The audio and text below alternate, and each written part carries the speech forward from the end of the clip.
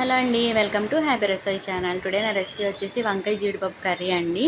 ఇలాంటి రెసిపీస్ ఉంటే అసలు నాన్ వెజ్ కూడా ఎందుకు పనికిరాదనమాట, అంత టేస్టీగా ఉంటుంది. ఒకసారి ట్రై చేసి చూడండి. లేట్ చేయకుండా రెసిపీలోకి వెళ్ళిపోదాం. ఫస్ట్ 1 టేబుల్ స్పూన్ జీడిపప్పు అండ్ 1 టీ స్పూన్ గసగసాలు తీసుకుని దాన్ని ఈ విధంగా 1 అవర్ పాటు నానబెట్టి పక్కన పెట్టుకోవాలి. అండ్ విడిగా ఒక 1 టేబుల్ స్పూన్ జీడిపప్పు తీసుకుని పక్కన పెట్టుకోండి. ఇప్పుడు ఒక కడాయిలో ఆయిల్ వేసుకుని మనం తీసుకున్న జీడిపప్పు ఉంది కదా పక్కన పెట్టుకున్నది, అది కూడా వేసి మనకి ఒక గోల్డెన్ కలర్ వచ్చేంత వరకు వేయించుకొని పక్కన పెట్టుకోండి.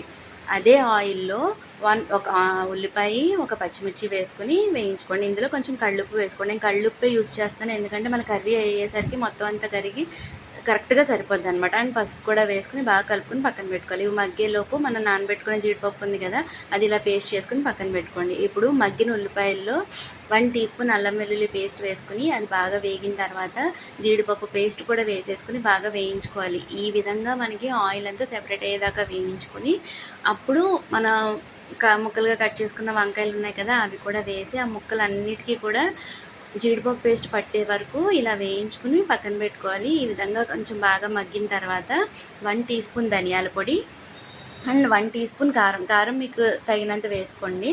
ఇలా కలుపుకున్న తర్వాత ఒక ½ టీ స్పూన్ గరం మసాలా పొడి కూడా వేసుకుని వేయించుకుని ఒక 5 మినిట్స్ వేయించుకున్న తర్వాత ఒక చిన్న గ్లాస్ వాటర్ కూడా తీసుకుని దాన్ని వేసి కలుపుకోవాలన్నమాట.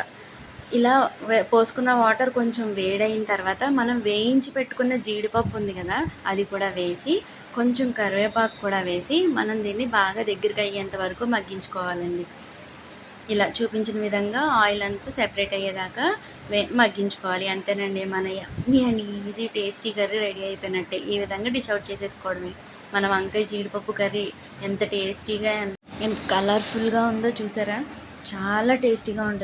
ఇది రోటీలోకి అన్నంలోకి చాలా బాగుంటుంది. ఒకసారి ట్రై చేసి చూడండి. Please subscribe my channel. Thank you.